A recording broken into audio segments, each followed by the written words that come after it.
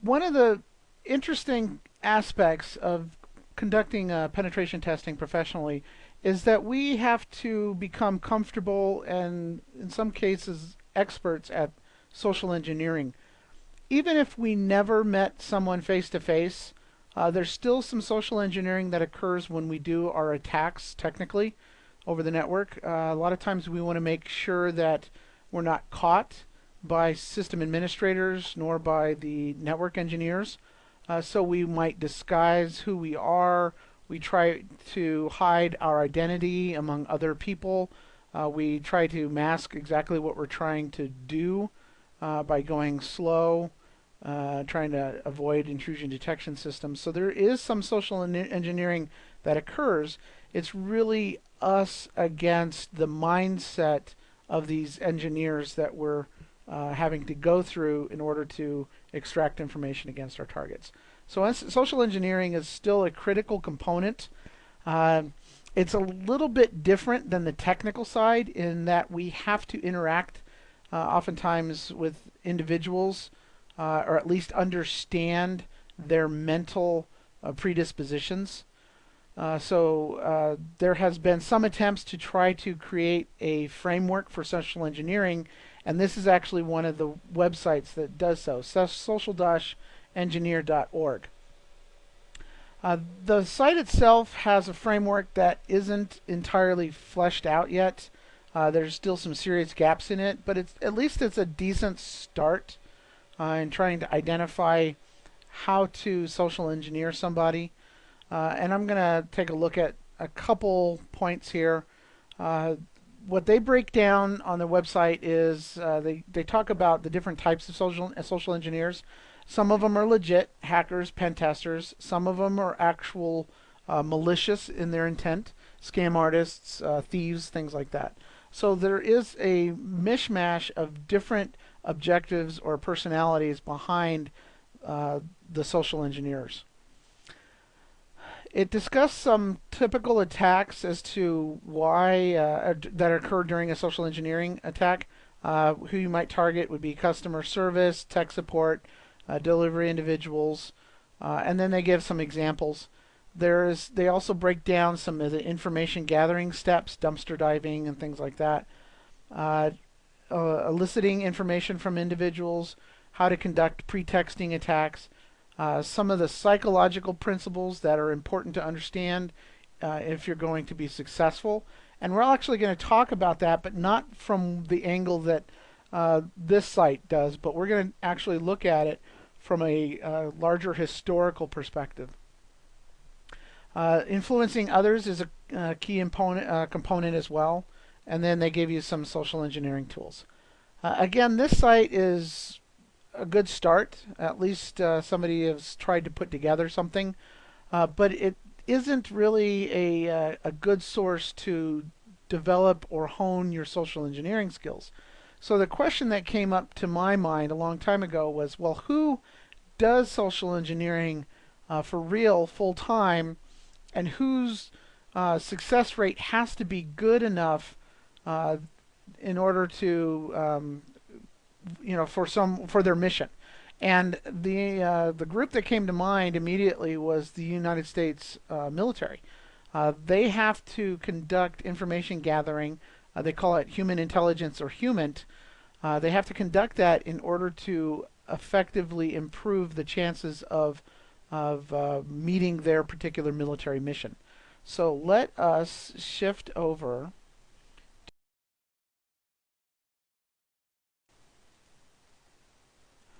All right, this is Field Manual 2-22-3. I included a link to download it, but it's actually a really good read, and I would encourage both of you to sit down, actually take a look at it, and understand what it's trying to do. Now, some of it is designed to improve a military's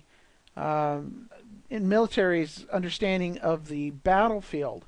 But when they talk about human intelligence, what they're talking about is collecting information from individuals, some who are willing to give that information, some who resist giving that information.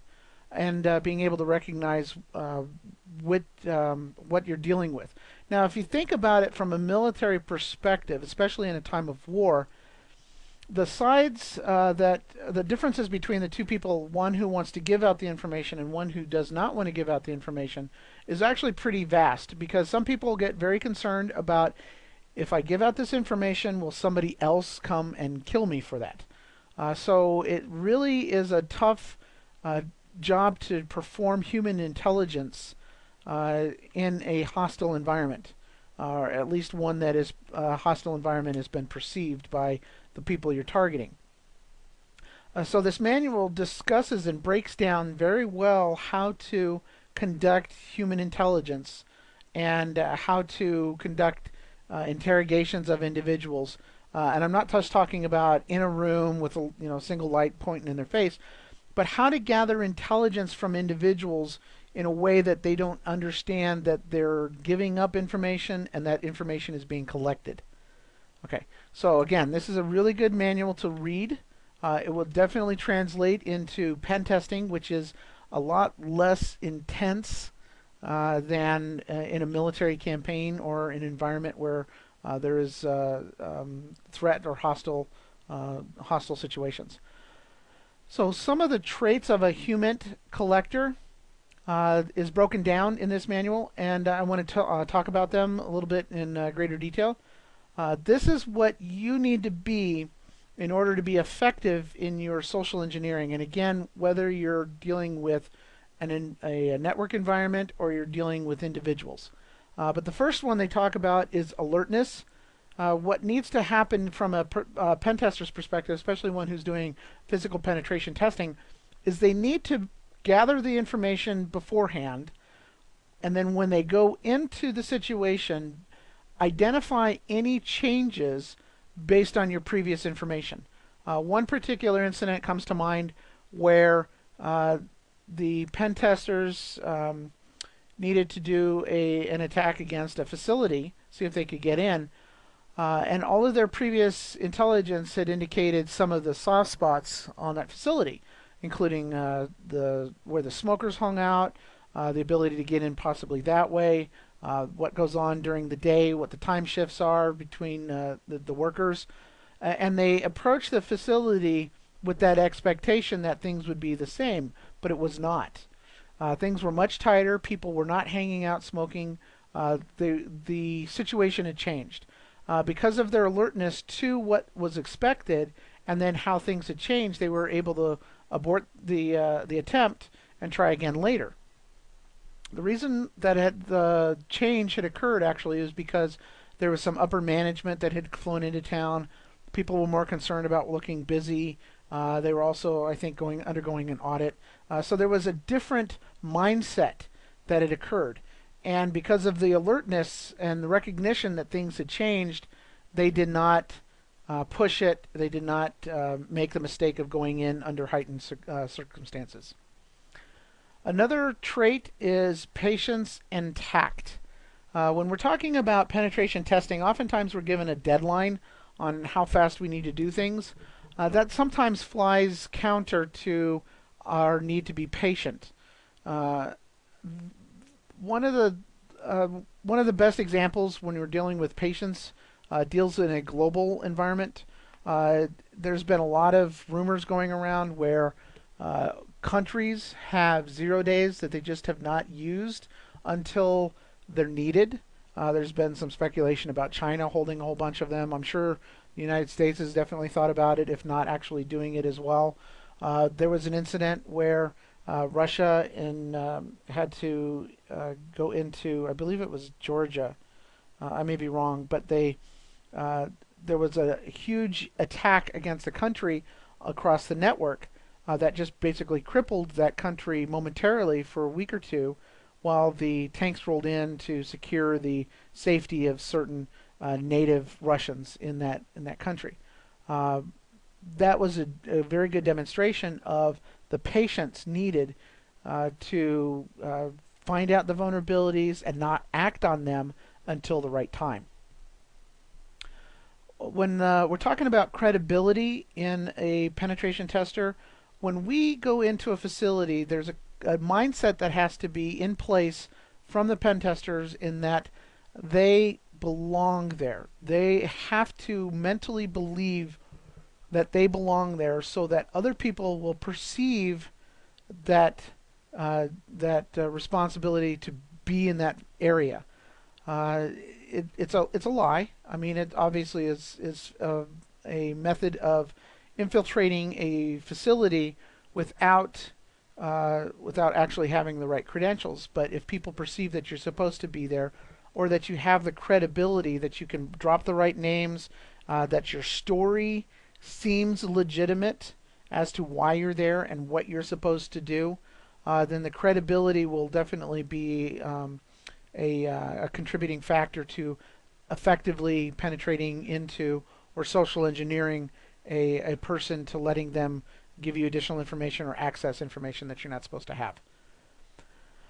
When we talk about objectivity and self-control, objectivity really comes from the perspective of being unemotional. When we talk later on about some historical viewpoints on this, it will be much clearer what I'm really talking about. But understand that we may act with emotion, but it doesn't mean that we are emotional. We are not subjective, we are objective in this. And we have to have some internal self-control to be able to handle the situations. Because when we go into a facility or when we try to social engineer somebody, what we expect to happen and what really happens changes. And we need to be able to deal with that, and self-control is a critical component of that. So is adaptability, which is the next part. Adaptability, like I said, when we walk into some place, things change. We need to be ready to go and deal with the situation as it presents itself. If we really were someone that was supposed to be there, they would equally be able to adjust to the change. Just because we're from outside the organization and we're trying to pretend we're part of that doesn't mean we should throw up our arms and say we can't figure out what to do. We need to leave. We need to adapt to the situation as if we really were someone that belonged there. The perseverance part of a personality is critical. One of the things that we get a lot in this, believe it or not, is approval. We get approval a lot. People prefer to help us and to make our lives easier, but we will run into the occasional no. It does not mean we're done. We need to try in a different way, try a different person, and eventually we should be able to get to our target and gather that information or social engineer them. We may have to try a different we may have to try a different tact in order to be successful, even if they told us no initially. No doesn't mean no all the time. We need, in a pen test environment, we need to understand that people will say no for one reason, but oftentimes we'll still get in. I hear it more often than not. I hear somebody say, I'm not supposed to, but I hear that a lot. And just by being persistent allows you to get that. A story that I've got, a personal story, is I went to the Hope Hacker Conference, and I was actually a speaker there, but I had brought my daughter and my wife, and I did not want to pay for the additional badges to get them in. They only guaranteed me one badge for me, and I was expected to have purchased the other ones. Initially I was told no, but I tried somebody else, and I tried somebody else, and eventually, just by consistently pushing the issue, I was being polite, but I was being insistent.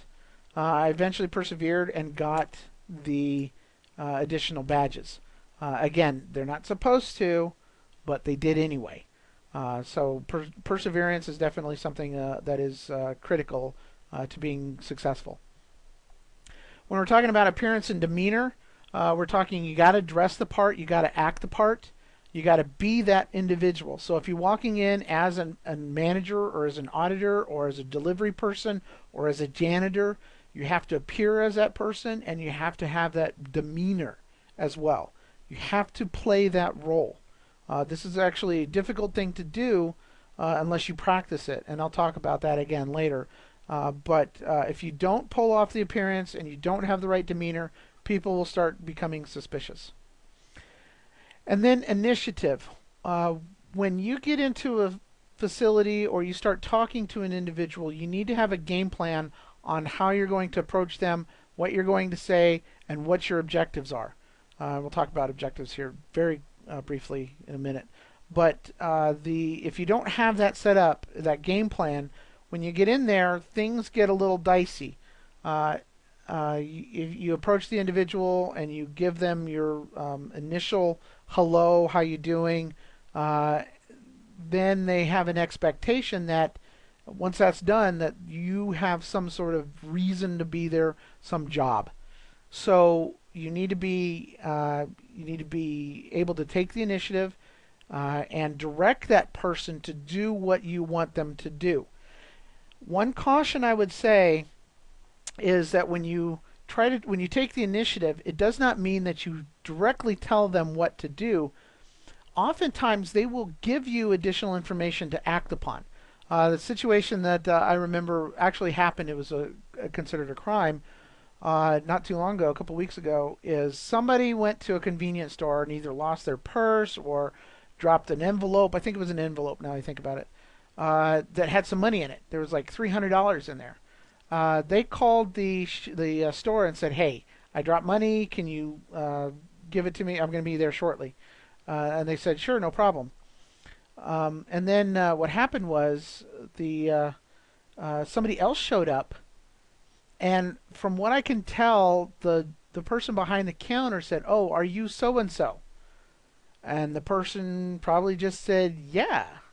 And they said, "Well, here's your money. Thank you." And the person walked out. Shortly thereafter, the person who actually lost the money came in, found out that they had given out the money. It was because the person who walked in was allowed the person behind the counter to provide them some information and then act upon that information.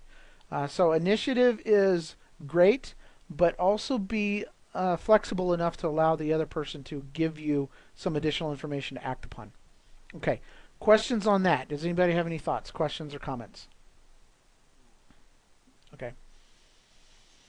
All right, so let's talk about the areas of knowledge very briefly. Areas of knowledge for the human is the area of operation, so you need to know who you're going to talk to, the layout of the facility. This is our typical information gathering stage. Then you also need to know what the current potential threat forces are for pen testing. That's typically things like where are the guards, where are the alarms, etc. You also need to know the laws for your particular area and be ready for any sort of confrontation with the law, law enforcement. Make sure you have your get out of jail free card. Make sure you have all of your contact information for the people who've hired you to do this pen test. Also identify the collection requirements. I mentioned this a little bit earlier, just touched on it. But you need to know why you're there, and you don't necessarily go in there with just hoping to get something out of it. You need to have a focus on why you're there and what you're trying to collect. Cultural awareness is really important in our job, because if we're going to play the part of, let's say, an IT guy, we have to know how those type of people in that environment would interact with each other. We also need to know the corporate environment, whether or not they're relaxed, whether or not they're very tight on security, and then play that particular part. One story that struck me was a guy who walked into a company that had multiple laptops that he eventually stole. But he walked in there, he actually acted like he would belong there. He was supposed to be from IT. He talked with the people. He did not just come in and start taking things. He actually was there for multiple days. People got to know him. They called him by a particular name. He was helpful. And then one night he was working late, and then the next day they were all missing their laptops. So he was aware of the culture. He was aware, in fact, this case, the culture was people are very, they communicated with each other a lot. They like to sit around the cooler and chat. So he played up that, made them comfortable so that he could actually conduct his attack. A couple other things they talk about is proficiency in the target language. Uh, the military often talks about the language of the individuals, the country, things like that. What we're talking about in our environment is the language of the people doing their job. So if you're going to go in as an IT support, you need to be familiar and have the vernacular of IT support. If you're going in as a manager, your mind frame has to be different. Your vernacular has to be different. You have to speak differently. Your thought process is going to be different than technical side. It's more focused on the business, bottom line, things like that. So if you walk in and you don't have the right vernacular, if you don't know what a box is and you don't know what a network cable looks like or where it goes, people are going to catch up on that real quickly. And if you're playing that particular part, and question who you are. Understanding basic human behavior and also neurolinguistics, which is body language, are critical skills as well that just get developed interacting with people. You have to pay attention. You have to actually try to perceive what they're implying to you and then act upon that. It's not just something that comes naturally. You have to kind of hone that skill and practice it. Okay, so that's what the Army or the military says as far as doing human intelligence, and I gave a little bit of a feel for how that applies to professional penetration testing, not just in a military environment. So does anybody have any questions on that? That's good information, but again, there may be some gaps that I didn't cover.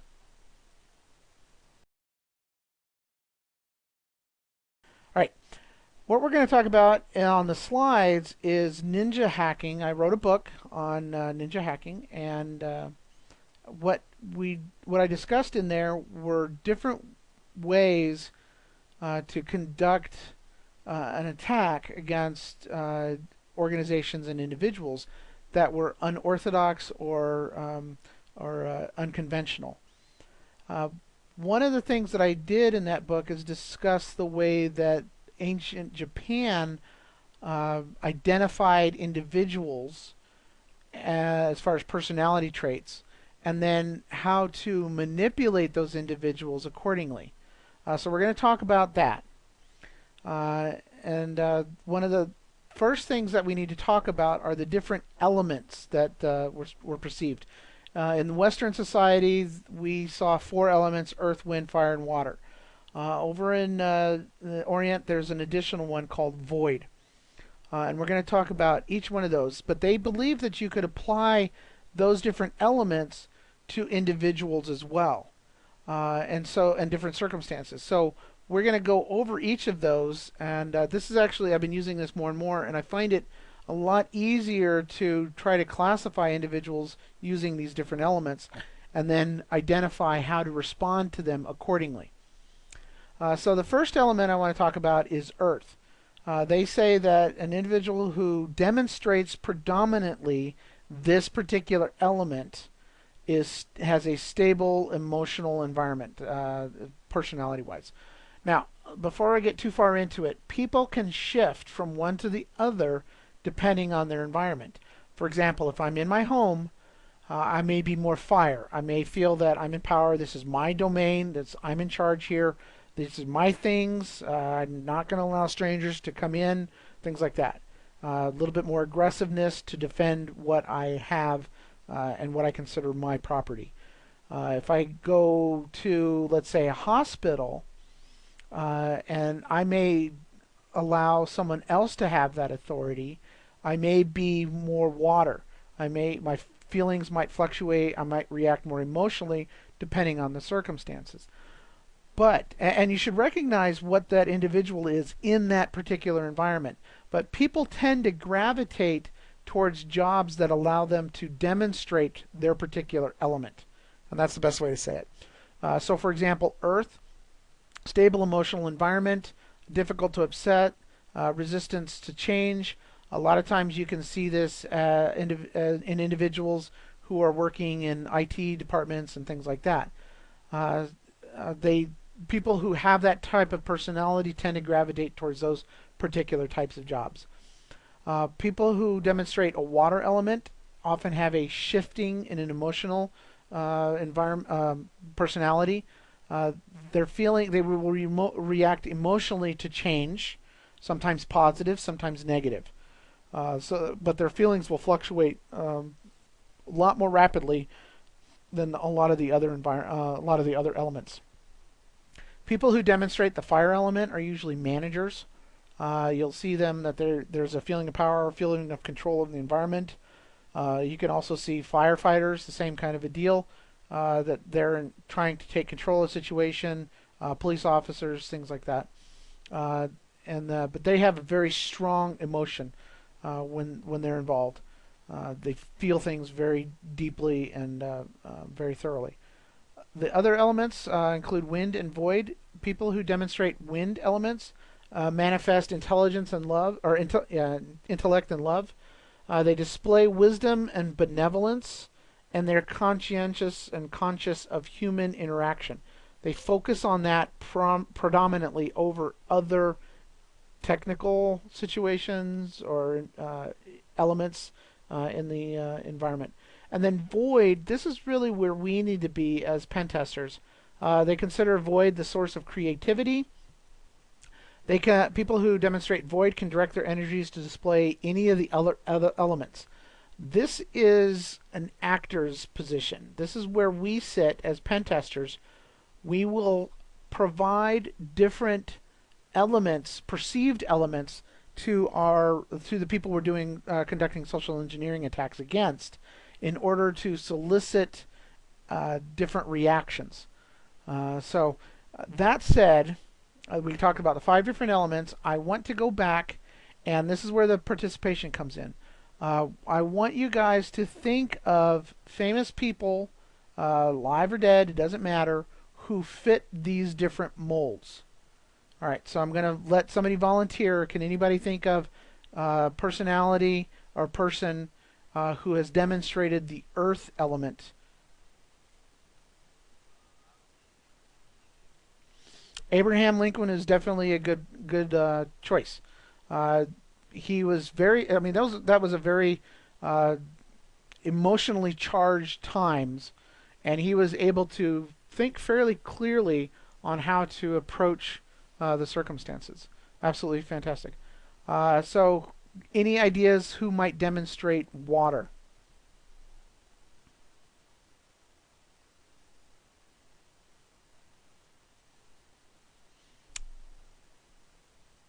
Water's a little bit more difficult. A lot of times, what you'll see is actors. They'll be put in different situations. Sometimes they have to respond to fans. They have to respond, and they may not be the greatest in the greatest happy moment, as it were, but they have to be able to adjust accordingly. Another possibility, as far as the water is concerned, as far as the fluctuating feelings is concerned, is sometimes you can find the oh, what was it? You can find some people in um, like um, more like HR type positions. People who have to deal with other people on a regular basis.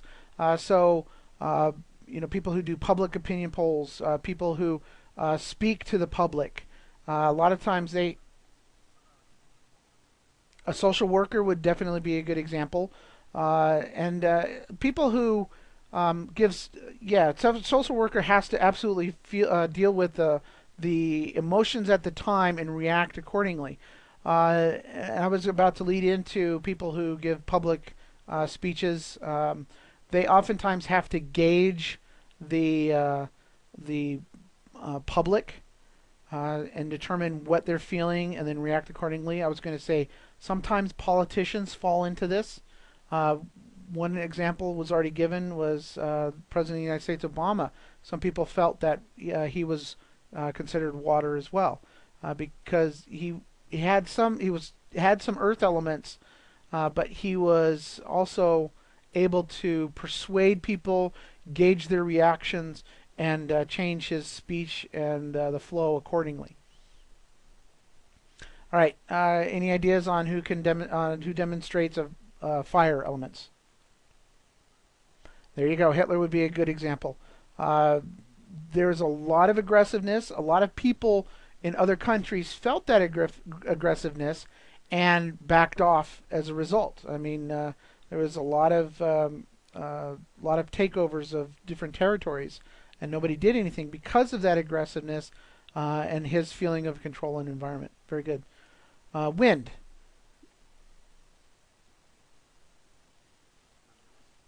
Mandela. Absolutely. I actually used Gandhi in this case, but Mandela is a perfect example of someone who fits this particular type of element. He was not really, from everything I've read and everything I've seen on him, he was not interested in pursuing political power. He was more interested in obtaining change. He had a very strong connection with the people and tried to act upon that. Absolutely true. And then void, like I said, I would actually throw politicians in here as well. I could also throw famous actors and actresses in as well. Uh, Again, it's a form of creativity. They need to be fluid, and they need to present different facades depending on the circumstances. Excellent. Okay, so the next thing I want to talk about is weaknesses. They identified different weaknesses in each of those elements. People who typically demonstrate the earth element, or that is their natural environment, or their natural element, their weaknesses tend to be laziness. With water, it's anger. Fire, it's fear. Wind is sympathy, and then void is vanity. So as pen testers, we want to identify the individual that we're social engineering, identify what element they fall under, and then we can look at the corresponding weakness and try to act upon that. For example, if I go back to Earth equals IT shop, laziness is definitely I came from that environment, so I would definitely agree that there is a lot of that where we don't necessarily want to do stuff outside of our focus. And so one possible scenario is if we're going to go against an IT department, maybe we come in and say, hey, somebody needs some information on you guys, or needs some information off of the system. I know that you guys are busy. Why don't I take care of it for you? Or why don't I carry those documents over to HR? Or why don't I do this for you? So identify what their element is, identify the weakness, laziness, and then offer to help them out to encourage their laziness to your own benefit. All right. When we're dealing with people with water, their weakness is often anger, and sometimes it's eliciting anger out of them, but oftentimes it's getting angry yourself. So if you can come into somebody who is identified as water and be very upset, again, this is a facade.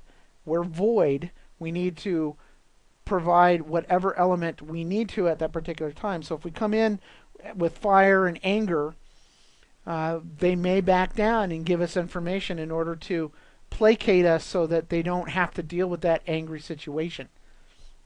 Another advantage to people with water as far as their weaknesses, the anger, is sometimes you can get them to be upset and then they start giving out information to get even with somebody or to make things more fair or just to let off some steam, which you can take advantage. You can sympathize with them and things like that. And then get the information that you need that way. So anger yourself or get them angry, one or the other, depending on the circumstances what you're trying to achieve. When you're dealing with people who are fire, fear is a common weakness. You're talking about like home security. It's this is my home, so I was going back to that analogy. Somebody comes in and says, it's easy to break into these windows, and someone might actually demonstrate how to break into a house or how to pick a lot. The idea is that you put fear into the homeowner so that they do the monitoring alarm program that you're selling or whatever. When you're dealing with a corporate environment, and you're targeting somebody who is fire, like a manager, their fear is oftentimes like downsizing or losing control of the number of employees they have, or uh, their area of influence, things like that. So if you can go in and say, hey, so and so is doing something, and you get them worried about that it might affect them negatively, then you can take advantage of that situation. So focus on, when you're dealing with fire, focus on their fear to get what you need out of the situation. When you're dealing with somebody who has the wind element, and I would throw people in the medical industry into that, uh, their weakness is sympathy. You can play on their desire to help by using different scenarios. One that comes to mind, you're walking in on crutches. Someone who has the wind personality will want to open the door for you, will want to help carry things for you. If you walk in and you say, I lost my badge, I'm supposed to be at this meeting, or I need this document downloaded, or something. If you can find somebody who's wind, they will sympathize and try to go out of their way to make you satisfied. And I'll talk about how we play with that here in a minute. And then the other one, void. People who demonstrate the void, their weakness is vanity. I talked about pen testers need to be in there. I would throw us in that category. We're typically vain. But when you look at politicians, when you look at people in the entertainment industry, vanity is definitely something that you can target. And if you can make them feel better about themselves, they'll like you more and they'll want to help you. So definitely something to target. When we target the weaknesses, there are certain needs that we can satisfy to make our attempt to social engineer them more successful. And the Japanese or the Orient broke down 5 particular needs. One is security, one is sex, wealth, pride, and then the last one is pleasure. If we can cue in on their weakness and use these needs to our advantage, we are a lot more successful. So let's go back a step and take a look at earth and laziness. So if we go forward and look at what types of needs we can use, security is definitely something that is we could use against somebody with earth.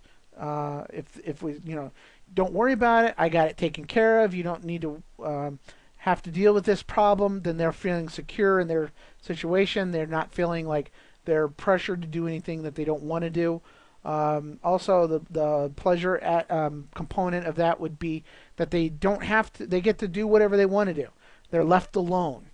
They're not disturbed. So those are definitely something to focus on with earth and laziness. Now, each of these needs can be used against each of those different elements. Some are a lot more successful than others. So just keep that in mind. So when we're talking about water, and we're talking about people who who get angry easily or who are afraid of anger, what we go back to is security again, and then also the pleasure component as well. That if they can get you to be less angry, they feel better in a way because all of a sudden now they're more secure, and they can also feel a little bit of pride as well that they accomplished their particular job. That I avoided that. I'm good at my job at putting out fires, kind of a thing. And again, it's all emotional, so they identify a lot of times they identify the situation with their own self-worth. If somebody's yelling at them, they feel less about themselves. If they feel like if they can placate you, then that pride and that pleasure comes in, and they feel better about themselves. So water people, that's definitely something to target, and those are the particular needs that work most effectively with them.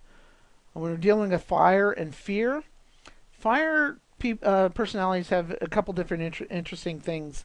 The control aspect can really pretty much go with all of these. Security is definitely something they want to make sure that they're in charge of everything, that nothing is jeopardizing their control of that.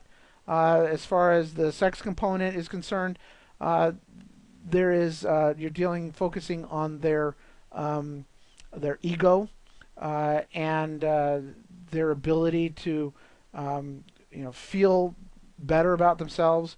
The wealth component, when we're talking about money, managers may not be concerned with that. When we're talking about control over more and more people and more pieces of the business, that's what they consider wealth. Pride is not really a major component with somebody in the fire element unless you're threatening their self-worth. And that's a tough one to play. And then pleasure is definitely something you can play as well.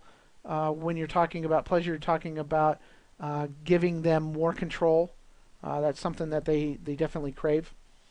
So those are the 5 needs for that and how it affects them. And then wind. Sympathy is the big one. So when you're talking about they're sympathetic with you and your plight, when they take care of your needs, they get a huge amount of pleasure out of that. And also pride as well.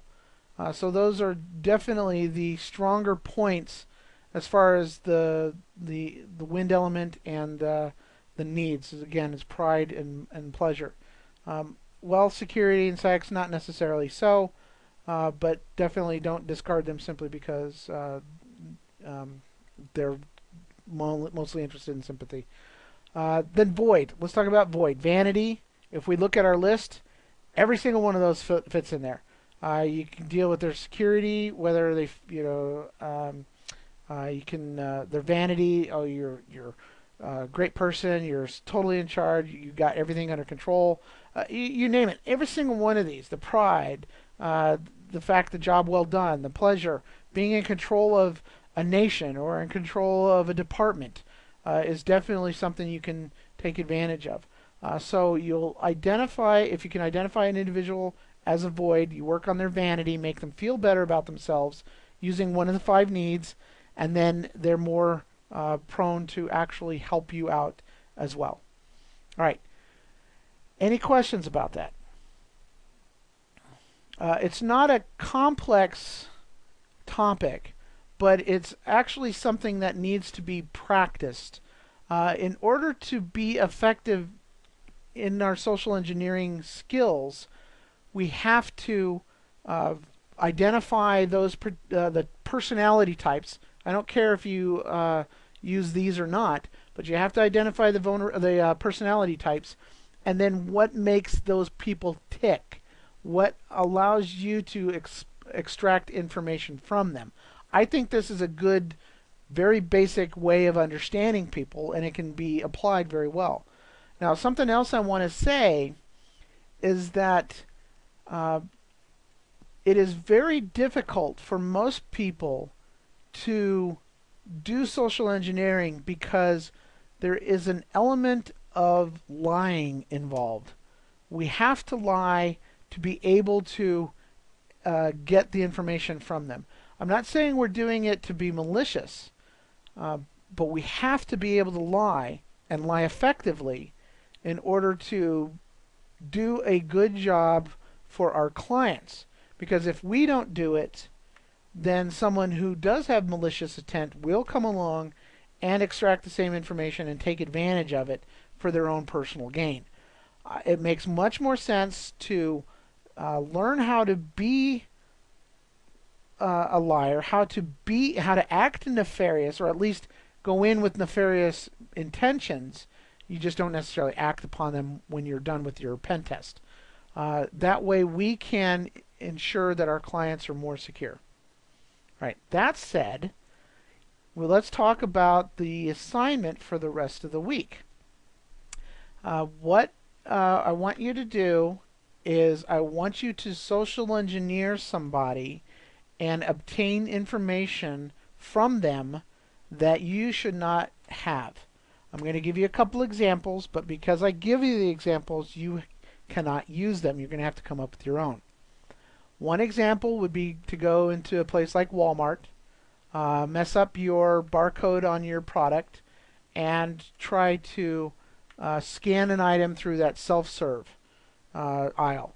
And then, since you've messed up the barcode, it won't scan. The attendant will have to come over. Now, the attendant will be typically one of two possible elements. One, it'll be either wind, they'll be sympathetic, they want to help you out, or they'll be earth, and they won't want to necessarily do their job, they won't necessarily want to help you, but they have to. So they'll come over, and they will eventually have to punch in some codes to process the transaction. Identify that code, or at least try to talk to them also to find out some more information. It's like, what are you doing? What is that code for? Does everybody have it? Does everybody have their own? So get some information from them. That would be the scenario that I'm giving that you can't use. Sorry. But try to elicit additional information out of them as much as possible. Strike up the conversation. Get them to talk about it. And if they're wind, you can, and they're trying to be sympathetic, you could pull on the air of, I just don't understand how these machines work sometimes. It just gets so frustrating. They'll say, yeah, I know, and they'll want to help you out. If you pull that tact on somebody who's lazy, they're going to say, yeah, whatever. They're not going to care about your personal plight. So if you identify that person as earth and they're lazy, then you can say, man, it must be annoying to have to do this every time. And then you can say, can other managers do this, or is it just you, or is there anything else that somebody else can do, so you don't have to keep coming over here. So focus on their laziness if they're earth, focus on their sympathy if they're wind, and try to gain additional information off of them. That would be one scenario. A couple students, I do this challenge actually for my college students as well. This is actually part of their participation grade. They have to go out and do the same thing. I get some information. One individual was able to obtain another individual's social security number.